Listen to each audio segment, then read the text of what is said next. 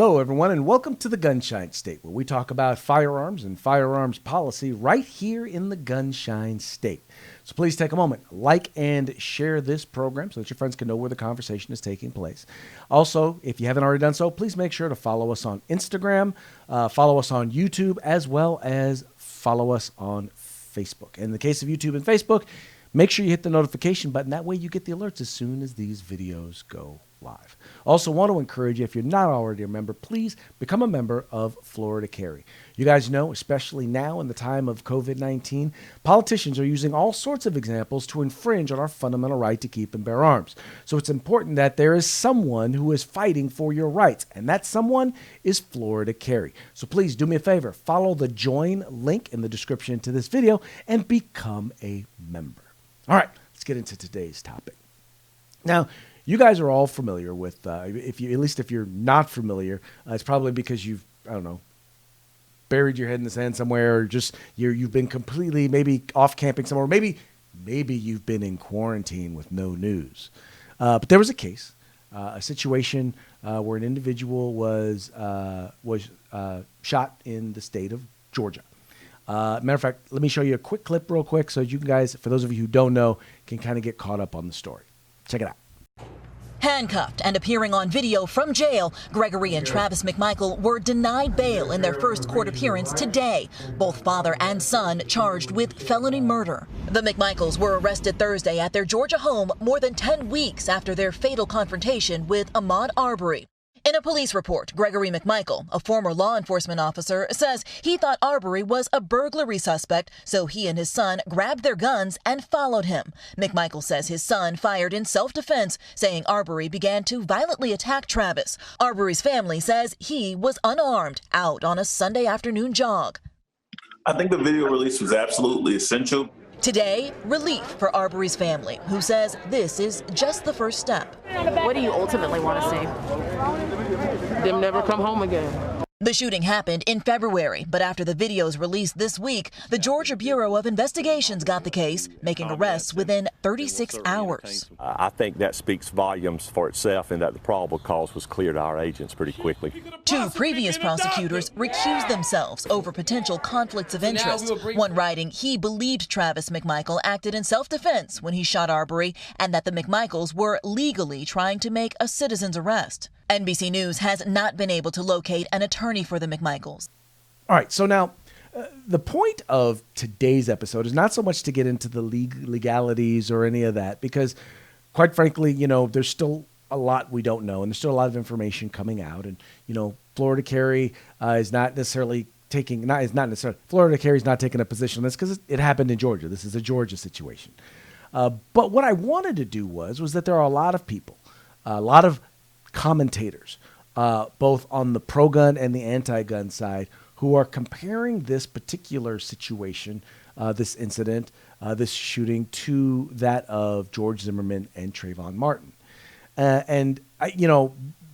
When I have kind of gotten into the discussion on this particular shooting, it's always been to let folks know, no, there are some very fundamental differences between the two. And to discuss some of those differences, an individual who covered the Zimmerman situation both before and after, had a chance to actually speak with and talk with George Zimmerman, and I wanted to kind of bring him on to kind of talk a little bit about the, whether or not we should be comparing the two. So with that, I would like to welcome Mike Piwowarski once again from Arms Room Radio to the program. Michael, welcome to the program. Thank you, Craig. Thank you for having me back on the program. It's always a pleasure to be here with you. It's always a pleasure to have you. Hey, I see your background is a little bit different. This weekend I'm at one of my sponsors. I'm here at Cigars with a Z of Waterford in Orlando, Florida. They're celebrating their comeback phase 2 out of quarantine, out of lockdown, and so here with them doing a little remote. We're having a good time with our good friends Izzy and our friends at Cigars of Waterford. Well, all right. Well, folks, those of you who are there in those there in Waterford, Florida, or right outside of Orlando, make sure you guys stop by. They're a supporter of Arms Room Radio. They're a supporter of the Second Amendment. So make sure you guys do that. Okay, so you kind of heard the intro. You heard what we're talking about. I know that you covered the George Zimmerman, Trayvon Martin incident ad nauseum. So you're familiar with a lot of the facts about the case. First of all, let's just throw this out there. Like I said in my intro, I've seen people both pro-gun and anti-gun try to compare these two situations. What do you say to people who try to do that? We have at this point, we have the ability to look at the George Zimmerman case and know all of the facts, or at least all the facts that were reported, all the facts that were brought to the court, all the facts that went through, through the court system, the justice system there. And we know pretty good idea what happened. I've had the hindsight also of being able to hear what George Zimmerman's had to say since that point. With the current case, listen, what have we seen? A couple of video leaks, a couple of stories, a couple of media portrayals. We have, of all the facts there, what do we have? Less than 5% at this point. Let's not rush to decisions. These two guys may end up being 100% guilty. I'm not saying that they're not. I'm saying let's get all the facts before we start crucifying people. Well, I think that's a great point. There's this thing where we think we see something on video and we think we know exactly what we saw. And in the case of Trayvon Martin, we didn't really have a video. We just had a 911 call that the media doctored and altered. But in this particular case, what we know is that these two armed individuals confronted an individual on the public street, and that individual wound up eventually losing his life. It's tragic. Once again, we don't know what really happened before all of that. But I think that comparing the two, once again, and I think you made this note, when we don't know the facts, is really unfair. It's unfair to the individuals who lost their lives, and it's unfair to the individuals who are facing the criminal justice system as a result of those shootings. Yeah, you're absolutely right. And again, we're talking about the absence of facts. There are some similarities here that, we have a young black man that's no longer alive due to a action with a firearm. Beyond that, what do we really know? We don't have these facts. This case has got some peculiarities to it. We've seen it bounce back and forth between a couple of the different district attorneys' offices there. And so far some of the reasoning I've seen for that seems legitimate. They had a close association to one of the shooters, one of the suspects. So they said they were biased and didn't want to be involved. So it got passed on before GBI, Georgia Bureau of Investigation, was able to take a look at it. And that seems like the proper thing to do. But again, that doesn't mean we know all the facts. All we know is the reason for some of the delay. We don't know the facts behind the case. Now, one of the things that I wanted to make sure that we focused on had to do with the fact that now we're seeing stuff that's coming out in the media that is showing the individual Ahmaud Arbery in a negative light. One where he was confronted by a law enforcement officer who he refused to show him his ID. Another one where he was arrested. For stealing a television from Walmart.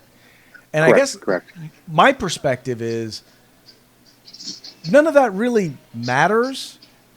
I think first of all, the facts of the case matter. Once again, was this individual legal? Were the individuals who legally confronted him legally allowed to do so? And what exactly transpired that ended in him getting shot? Those are the things that seem to matter, at least to me, from what I understand, and what should matter when it comes to the law in this case. I mean, would you agree, disagree? Again, neither one of us are lawyers. We're in the industry. I've got over 20 years in law enforcement down in Florida, which is not Georgia. Some of the laws are similar, some of them are different. Here's where I think some of those things in the past are relevant.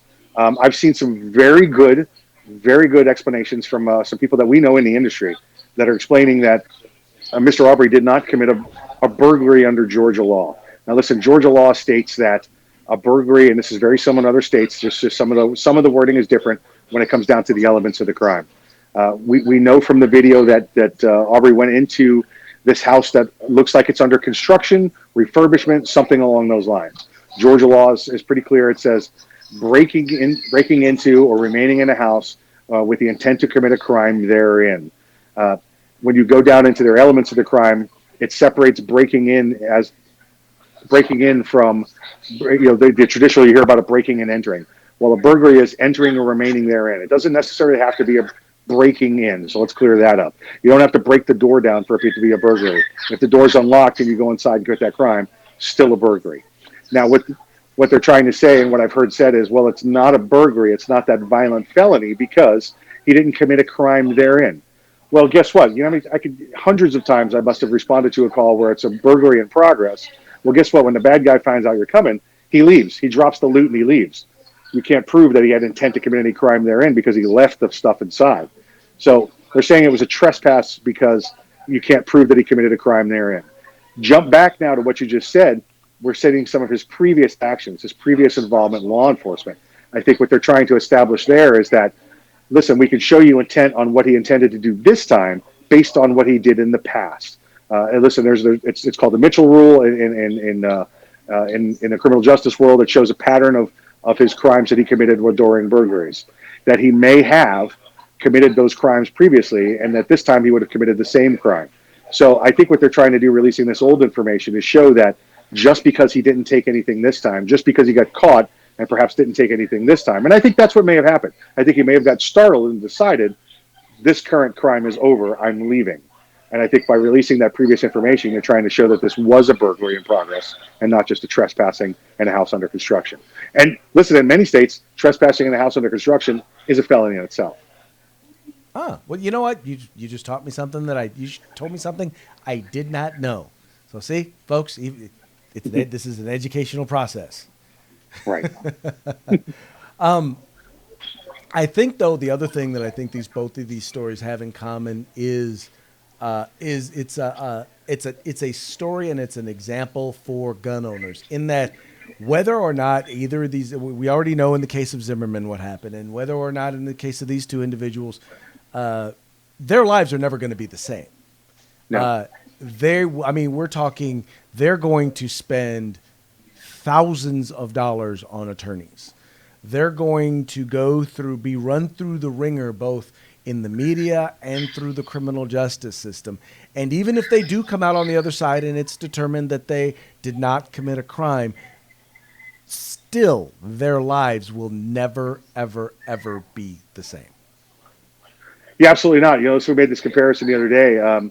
George Zimmerman was found not guilty of the crimes that he committed, and yet he will never have a regular life. He will never be able to hold a regular job. He'll never be able to live someplace normally without the protection of somebody else or the cover of somebody else.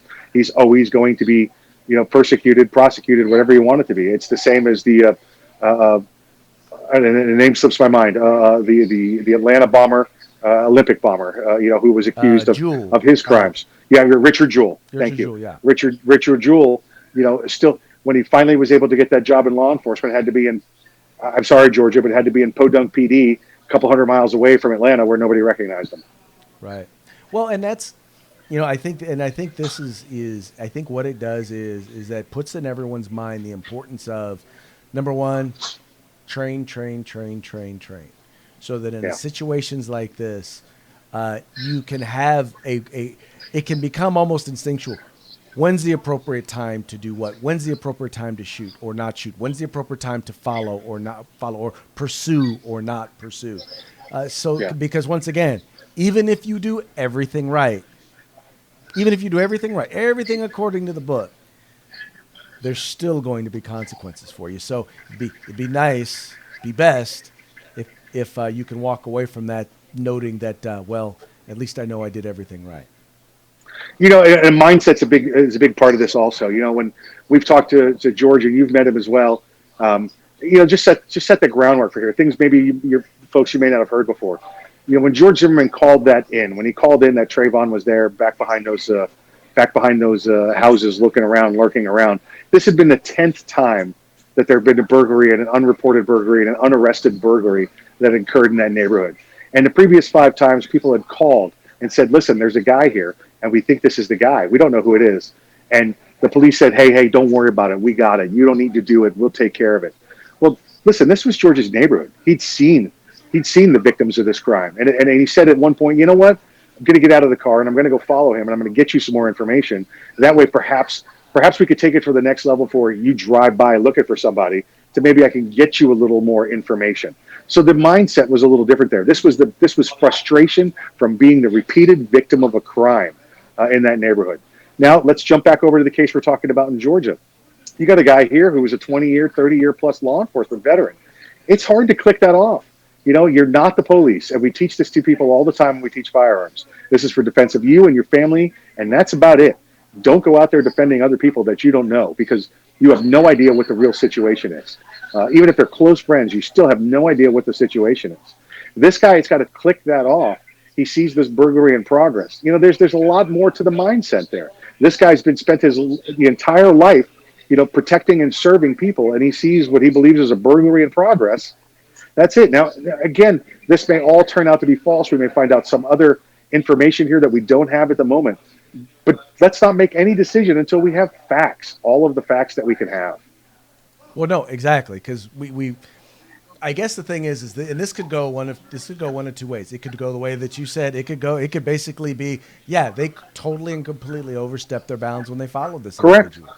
Absolutely possible. We don't know, but I think that the thing for us that's important for us is, like you said, let's get the facts. Because you have right. People on both sides who are rushing to judgment, and I'm just like, I mean, I have my thoughts. I have what I know, or at least what I see, because I don't know.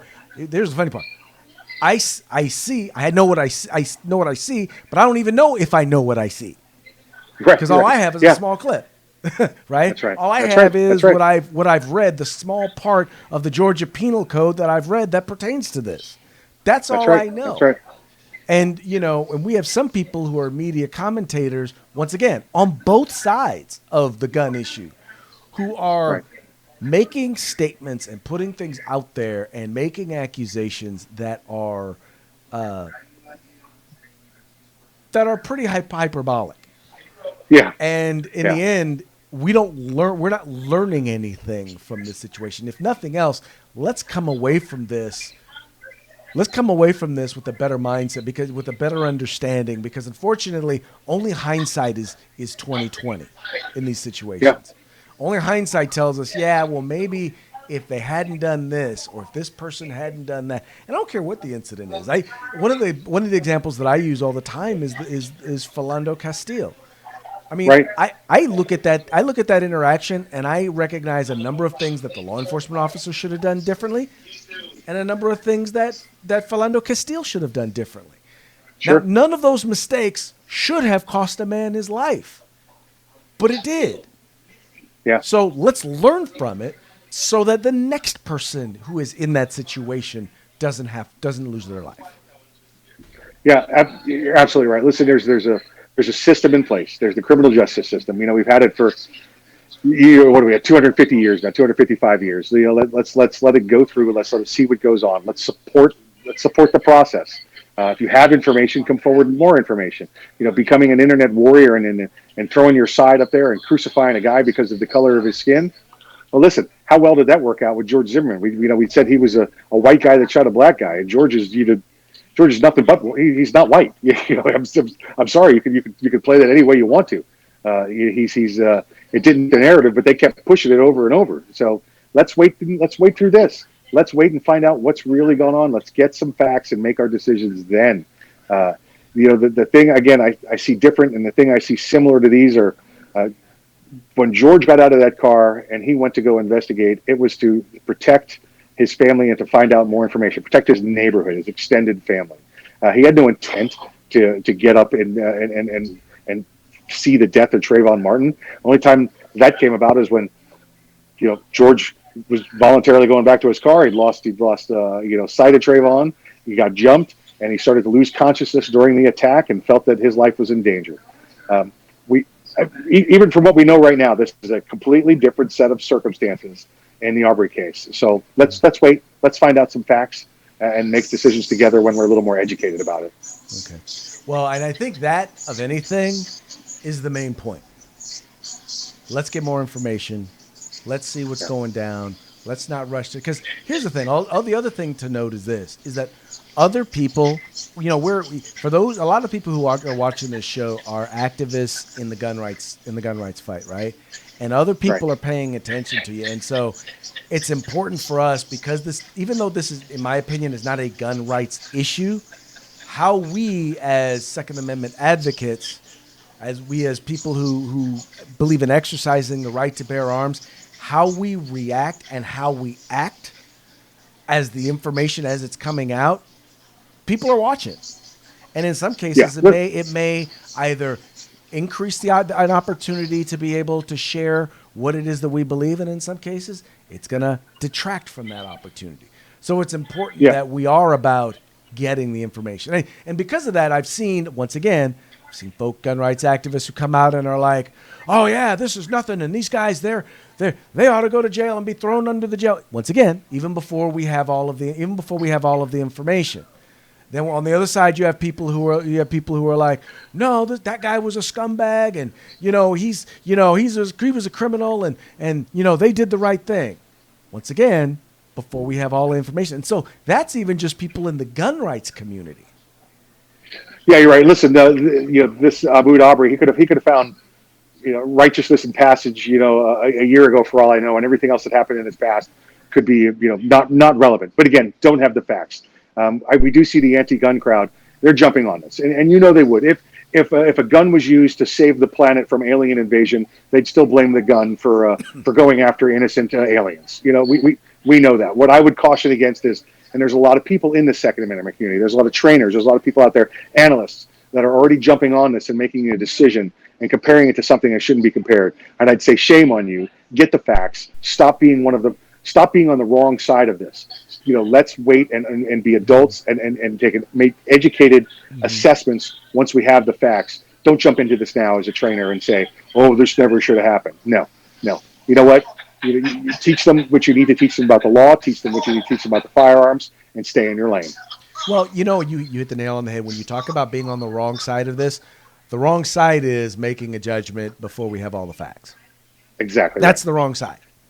That's the wrong side. Anyway, that's it. Hey, do me a favor. Let folks know a little bit more about Arms Room Radio, how they can listen, all that fun stuff, and how they can get a hold of you. Sure. Arms Room Radio, the best way to go is armsroomradio.com. You can look us up there. We're on Facebook at the facebook.com/armsroomradio. We are live Saturdays from 3 to 5 p.m. Eastern Time. You can go on all your popular iHeart, Stitcher, SoundClouds, all those places and see all of our previous shows. Just join us. We fight for you. We're all things gun, all the gun time. We fight for your Second Amendment rights and all of your civil rights, which is one of the reasons we're having this discussion, Craig, because we're not just focused on Second. We believe in the entire civil rights issue, and that's what we're here for. Excellent, sir. Thank you so very much. Let everybody know once again where you're broadcasting from today. Yeah, great sponsor of ours and trying to help him back out of this quarantine, out of this lockdown. He's a small business owner and trying to get back on his feet because he's been hurt by it. It's Cigars of Waterford, CIGARZ, Cigars of Waterford, and that's in East Orlando. Come on out and check him out. It's a great place. Excellent. Mike, once again, thank you so very much. Talk to you again real soon. Thank you, Craig, and stay safe. Ladies and gentlemen, Mike Piwowarski, Arms Room Radio. Well, that's going to be it for this episode of the Gunshine State. We very much appreciate you liking and tuning in. We appreciate the fact that you are a member or becoming a member of Florida Carry.